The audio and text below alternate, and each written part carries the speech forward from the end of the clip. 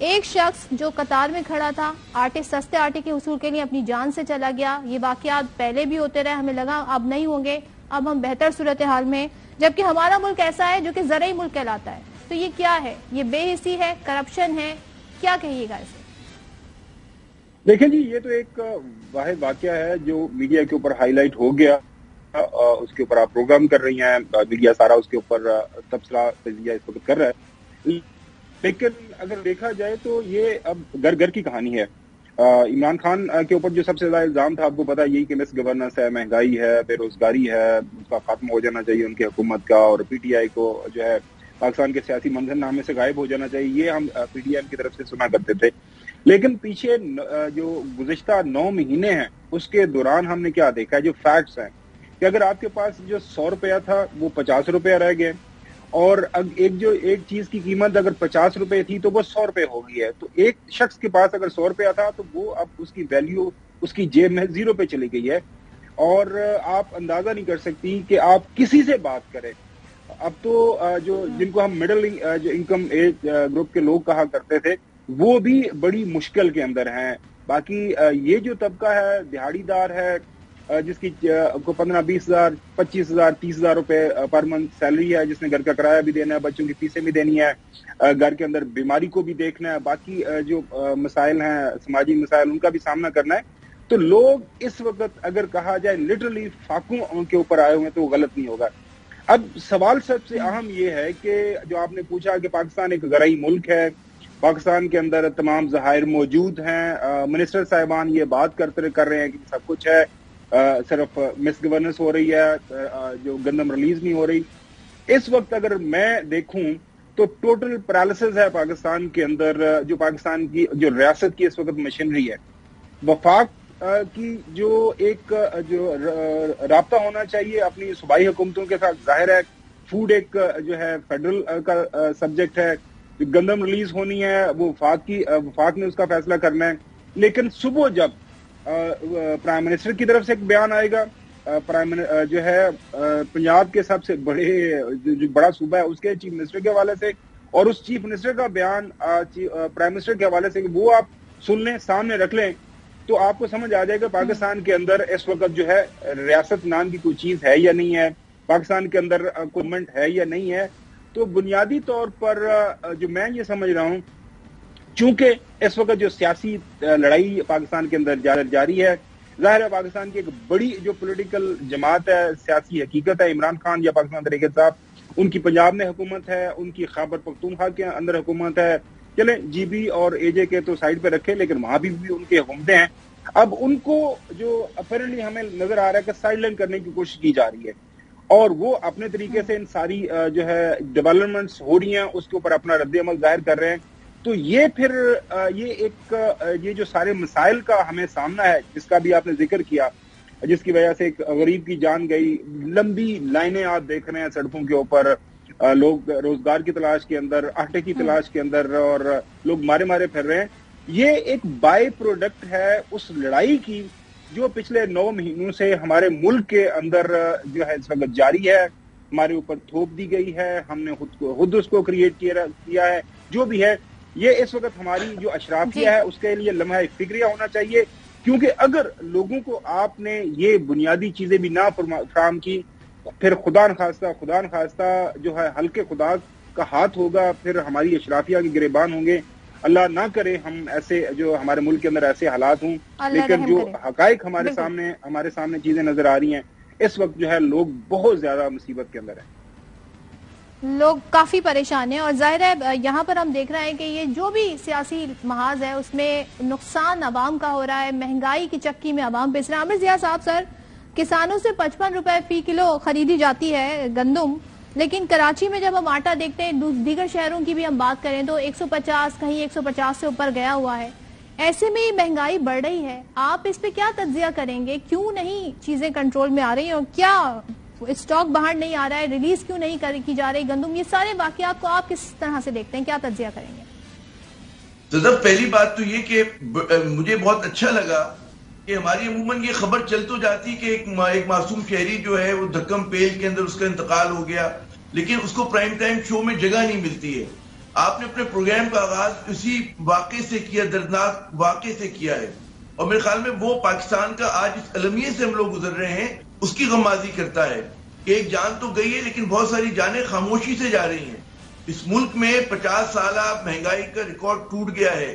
اس وقت جو انفلیشن ہے 24 اور 30% کے درمیان جھول رہی ہے۔ ابھی جو لیٹسٹ فگر آیا تھا وہ 30-31% کا تھا۔ تو جب افراطی زر اتنا زیادہ ہو اور آپ کو اس میں المیہ یہ ہے کہ ہماری سیاسی عدم استحکام ہے اور حکومت کے پاس کوئی روڈ میپ نہیں ہے۔ دیکھیں ملکوں پہ بڑے بڑے سخت وقت آتے ہیں، مشکل وقت آتے ہیں، لیکن امید ہوتی ہے۔ اس وقت قیادت یہ کہتی ہے کہ جی ہمارے پاس اس مسئلے کو حل کرنے کا یہ منصوبہ ہے، یہ تکلیف آپ کو ابھی ہو رہی ہے لیکن آنے والے ہم اس کو نکال دیں گے آپ کو اس مسئلے سے۔ لیکن اس حکومت کے پاس کوئی روڈ میپ نہیں ہے۔ آج اس کی پالیسیز کی وجہ سے میں سمجھتا ہوں کہ ہمارا ہر مسئلے کی شدت میں اضافہ ہو گیا ہے۔ چاہے وہ ڈار صاحب جو کہ نواز شریف صاحب کے سمدھی ہیں، ان کے جو ایک اوبسیشن ہے کہ جی ہمیں کہتے ہیں نا کہ اس کو روپی کو جو ہے مصنوعی طور پہ سٹیبل رکھنا ہے، اس کی وجہ سے آج ملک میں ایک کہتے ہیں کہ ایک تھرائیونگ بلیک مارکیٹ کرنسی کی پیدا ہو گئی ہے۔ اس میں ڈالر جو ہے وہ پتہ نہیں 265-270 روپے پہ مل رہا ہے۔ جو کمرشل بینک ہیں وہ مجبور ہیں کہ جناب آپ وہاں سے جو ہے مطلب ہے جو ان کے پیمنٹ سے وہاں سے خرید کے کریں، اس کا بوجھ ایک عام آدمی پہ پڑ رہا ہے۔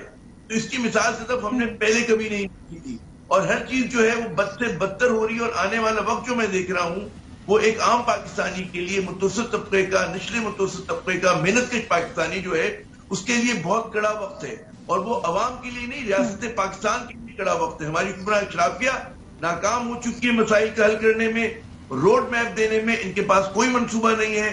یہ آئی ایم ایف کو بھی مینج صحیح نہیں کر پا رہے، یہ جناب ان کے پاس آئی ایم ایف کا کوئی متبادل بھی نہیں ہے۔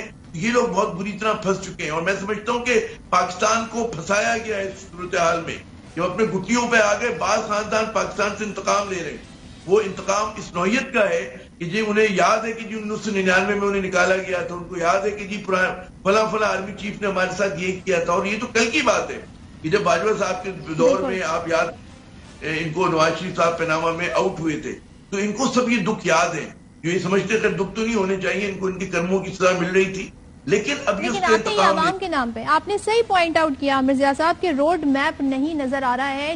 وزیر اعظم بھی یہ کہتے نظر آئے کہ ہمیں نہیں معلوم تھا کہ حالات اتنے خراب ہیں۔ ڈاکٹر زبیر صاحب آپ کیا کہیے گا، کیا وجوہات ہیں؟ پاکستان نے تو اس سال امپورٹ بھی کی ہے گندم، پھر بھی ریلیز نہیں کی جا رہی، اور وفاقی وزیر کے دعوے کے برعکس، تو کیا آپ کو نظر آتے ہیں یہ معاشی انڈیکیٹرز جو سامنے آ رہے ہیں؟ دیکھیے صرف مسئلہ گندم کا نہیں ہے۔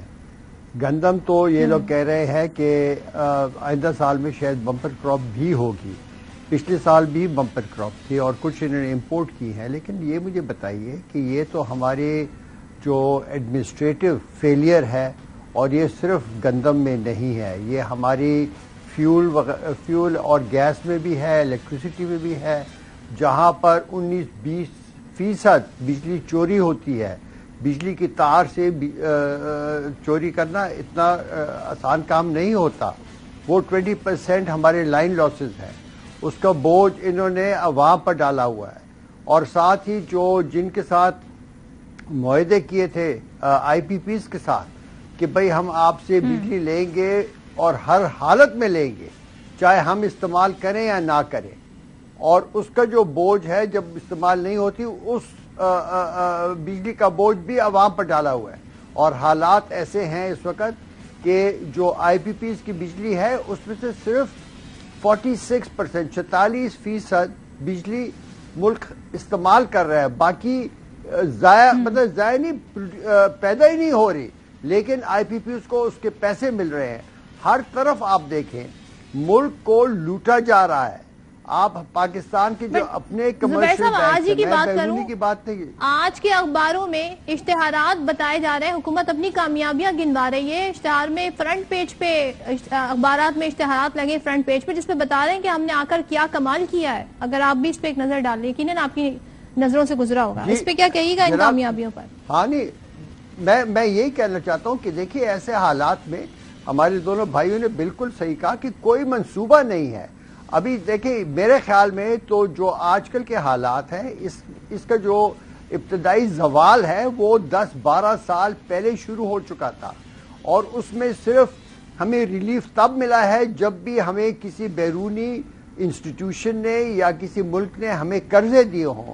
قرضے لے لے کر اس ملک نے، ان حکومتوں نے وہ پیسے اڑائے ہیں عوام کے نام پر، اور سب پولیٹیشنز کے باہر اثاثے بنے، لیکن عوام پستی جا رہی ہے. میں یہ کہوں گا کہ اس وقت پاکستان ایک ایگزسٹینشل تھریٹ، یعنی کہ پاکستان کے وجود کو اس وقت بہت ہی بڑا خطرہ ہے. بات سب کر رہے ہیں کہ آئی ایم ایف کی شرائط مانی جائے. دیکھیں آئی ایم ایف کی 3-4 شرائط جو بڑی بڑی ہیں، وہ اگر انہوں نے مان لی اور اپنی اصلاح ان ایریاز میں نہیں کی، تو اس کا جو اثر ہوگا انفلیشن کے اوپر، میں آپ کو مثال کے طور پر بتاؤں، ہمارا جو فارن ایکسچینج کا جو کرائسس ہے ڈالر کا، اس میں وہ کہہ رہے کہ ایکسچینج ریٹ کو آپ فری فلوٹ کر دیں. یہ میرے خیال میں 300 روپے سے فی ڈالر سے تجاوز کرے گا. پھر وہ کہہ رہے کہ بجلی کا جو ہے آپ اس کے ریٹ بڑھائیں. پھر وہ کہہ رہے کہ نئے ٹیکسز لائیں. یہ تو معیشت کو بھی بند کر دے گا اور جو بھی اس کا بوجھ ہوگا وہ عوام پر آئے گا. میرے خیال میں آج تو آپ نے بتایا نا کہ صرف ایک معصوم شخص مر گیا. میرے خیال میں پاکستان میں انقلابی حالات آنے والے ہیں، ہفتہ 2 ہفتے میں، شاید مہینے میں ہو جائے. لیکن ان حکومتوں کا ابھی تک کوئی مطلب کہ انہوں نے اس کا خیال ہی نہیں کیا، نہ کوئی نیا منصوبہ لے کر سامنے آئے. کوئی کریکشن نہیں نظر آ رہی مجھے یہاں پر. اور آپ نے صحیح پوائنٹ آؤٹ کیا کہ صرف یہ بات گندم یا کسی ایک فیکٹر تک نہیں ہے، ایک سیکٹر تک نہیں ہے. ہم یہاں پر دیکھ رہے ہیں صنعتیں بند ہو رہی ہیں. اسلام آباد میں ہی ہم نے دیکھا کہ جب پولیس میں بھرتی ہونے کے لیے 1,500 اسامیاں تھیں، 30,000 سے زائد بندہ آ جاتا ہے وہاں پر امتحان دینے، اور جو اسٹیڈیم جہاں پر یہ لوگ امتحان دے رہے تھے وہاں جگہ کم پڑ جاتی ہے. تو یہ حالات ہیں، بے روزگار، نوکریاں نہیں ہیں. ایسے میں کیسے یہ حکومت چاہتی ہے کہ مزید آگے بڑھے؟ کیا ان کے پاس آپشنز ہیں؟ اس پر بات کریں گے بریک کے بعد. Welcome back once again. Khawar Ghumman صاحب، ایک طرف ہم دیکھ رہے ہیں کہ پی ٹی آئی کی بات کریں، بڑی جماعت ہے اور سابقہ حکومت بھی رہی ہے، وہ الیکشن پر زور دے رہی ہے. دوسری جانب جو موجودہ حکمران ہیں وہ یہ کہتے ہیں کہ جناب ہمیں تو اندازہ نہیں تھا حالات اس طرف جائیں گے. آپ کے خیال میں اس وقت جو ایک عام آدمی کی مشکلات ہیں، سیاسی اشرافیہ کو اس کا ادراک ہے؟ کب تک یہ حالات ایسے چل سکتے ہیں؟ دیکھیں جی، ایک تو ابھی ڈاکٹر صاحب نے بات کی کہ ایسے حالات بالکل نہیں چل سکتے. بچپن سے ہم سنتے آ رہے ہیں کہ پاکستان ایک نازک دور سے گزر رہا ہے، ایک نازک موڑ پہ پہنچ گیا ہے، پاکستان کے حالات یہ ہونے والے ہیں. تو مجھے ایک کہانی یاد آ جاتی ہے، وہ بچپن سے ہم وہی پڑھتے آ رہے ہیں اسکول کے اندر، کہ وہی آپ کو یاد ہوگا کہ وہ ایک بچہ تھا جو شور مچاتا تھا کہ جی شیر آ گیا، شیر آ گیا، شیر آ گیا، اور پھر ایک دن شیر واقعی آ گیا تھا. اب ہر وقت جو ہے ہم جو ہے اپنے دوستوں کے پاس جاتے ہیں، دیکھیں ہمارے حالات خراب ہیں، اگر ہمارے پاس پیسے نہیں ہوئے تو ہمارا ملک دیوالیہ ہو جائے گا، ہم ایک بڑی ایک ریاست ہیں، جیو اسٹریٹجیکلی ہم بہت زیادہ ایک کلیدی ہمارا کردار ہے، تو ہمیں پیسوں کی ضرورت ہے، خدا را پلیز پیسے دے دیں. پاکستان اگر ڈی اسٹیبلائز ہوا تو پھر پتہ نہیں پورے دنیا ڈی اسٹیبلائز ہو جائے گی. خدا نخواستہ ہمیں ایسی باتیں نہیں کرنی چاہیے کہ پاکستان ڈی اسٹیبلائز ہو جائے. لیکن جو حالات و واقعات ہیں آن گراؤنڈ، میرے خیال میں ان کو ہم صرف نظر نہیں کر سکتے. آپ نے سوال کیا کہ ہماری سیاسی اشرافیہ کیا اس کی ذمہ دار ہے یا نہیں ہے. دیکھیں پوری دنیا کے اندر جتنے بھی جمہوری ملک ہیں موجودہ، آپ جو ریسنٹ پولیٹیکل ہسٹری ہے، کسی ملک کے اندر اگر عدم استحکام پیدا ہوتا ہے، ریسنٹلی آپ نے دیکھا برطانیہ کے اندر بریگزٹ کے ایشو کے اوپر، تو عوام کے پاس لایا جاتا ہے. آپ کا جو آئین ہے وہ یہ کہتا ہے کہ اللہ تعالیٰ کے بعد جو حاکمیت کا حق ہے ملک کے اندر وہ عوام کا ہے. عوام جس پولیٹیکل پارٹی، جس جو ہے پولیٹیکل لیڈر یا کسی بھی ایک گروہ کو وہ چنتے ہیں، تو وہ ان کا یہ حق ہے کہ وہ آئیں ملک کے اندر جو پالیسی سازی کریں، ملک کے اندر حکومت چلائیں. آپ ملک کے اندر کوئی موجودہ گیلپ سروے اٹھا کے دیکھ لیں، عام گلی محلوں میں جا کے پوچھ لیں کہ آپ کے ملک کے اندر اس وقت جو حکومت جو موجود ہے پی ڈی ایم کے نام کے اوپر، کیا اس کے پاس لیجیٹیمیسی ہے، کیا لوگ اس کو مانتے ہیں؟ کوئی سروے کروا لیں. اور بھائی عوام کی وجہ سے آپ بیٹھے ہوئے نا، اگر عوام آپ کو نہیں مان رہی تو آپ زور زبردستی جتنا مرضی ٹائم ایکسٹینڈ کرتے رہیں. اب یہاں تک سوال کہ پی ٹی آئی کی کتنی ذمہ داری ہے یا پی ڈی ایم کی کتنی ذمہ داری ہے. ایک چیز ایڈ کر دوں، آج سینیٹر مشاہد حسین سید نے بڑا اہم بیان دیا ہے. کہتے ہیں الیکشن نہیں ہوں گے. انہوں نے یہ کہا کہ ضیاء الحق کی مثال دیتے ہوئے کہا کہ جنہوں نے کہا تھا کہ انتخابات جب کرائیں گے جب حالات بہتر ہو جائیں گے. تو اس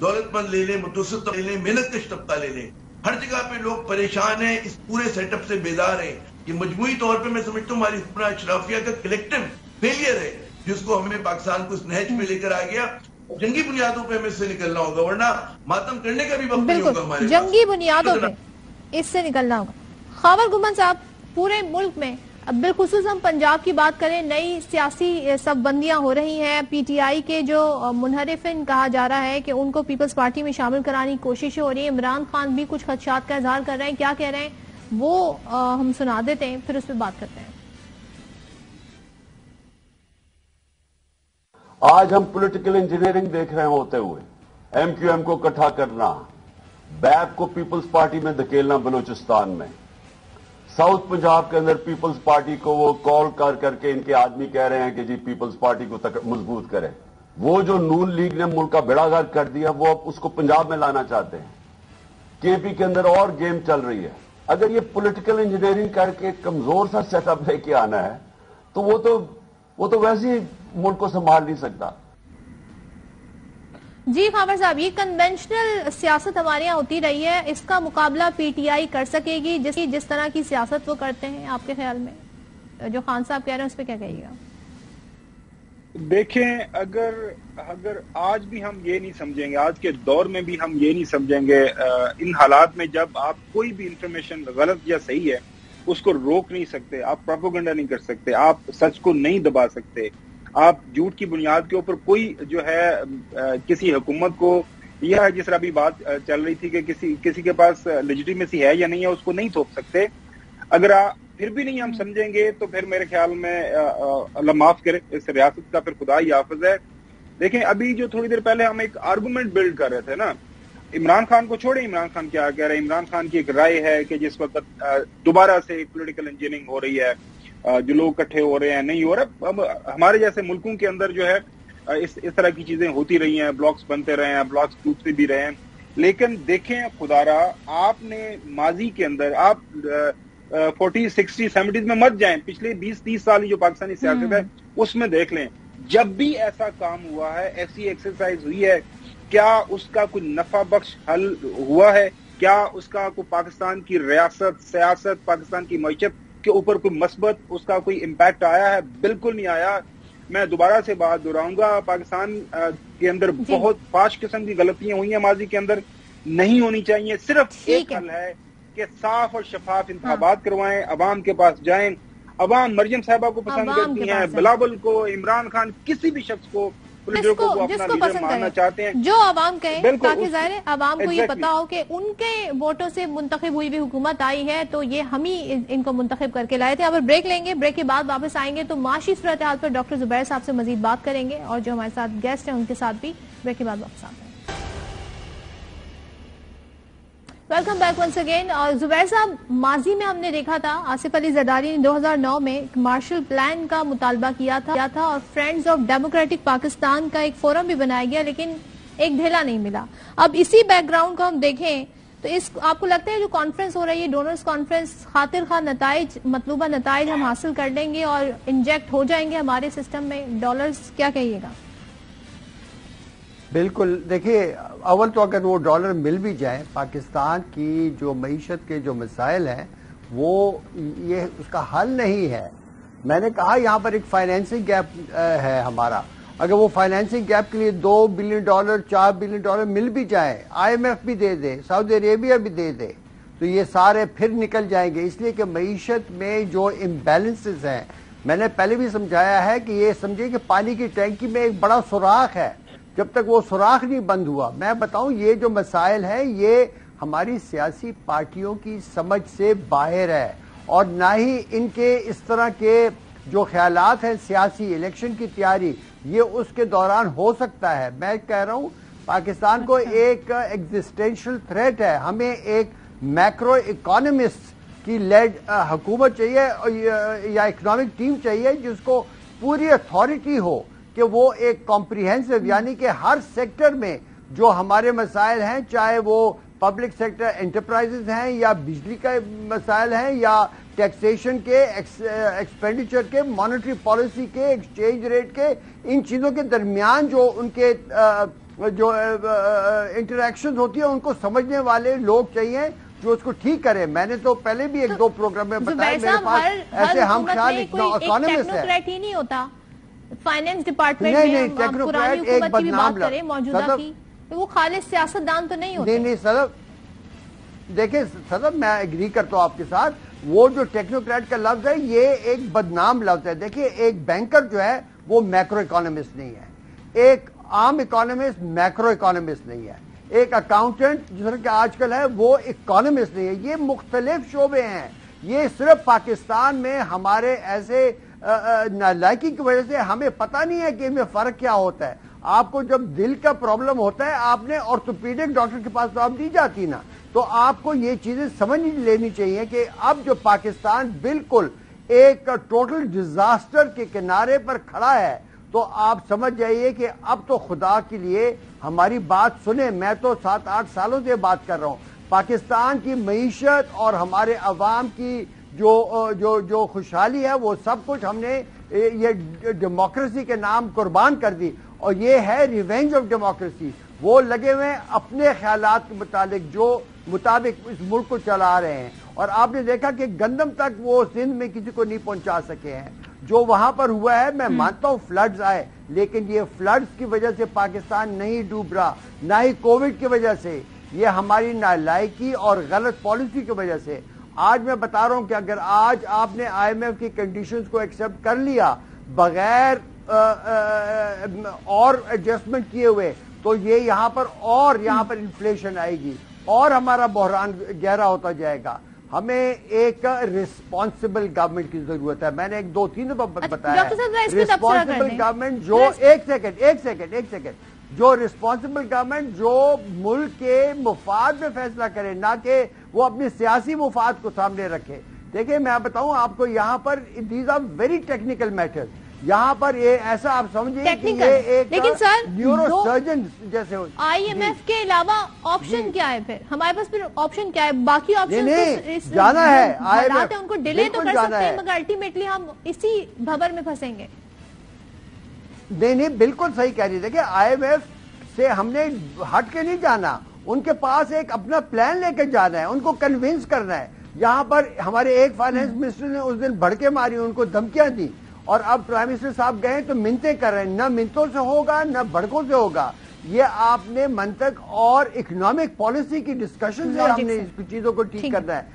یہ لاجک کے ساتھ یہ چیز ہوگی. آپ نے اکنامک وہ استعمال کرنا ہے. IMF کے پاس یہ میں بتا رہا ہوں اس وقت ہم اتنے ایک چھوٹی سی بات کہ ہماری ریزروز اب اتنی کم ہو گئی ہیں کہ اس قسم کی جو ایمرجنسی حالات میں جو اقدامات لینے ہوں گے وہ بھی شاید لینے مشکل ہو جائے.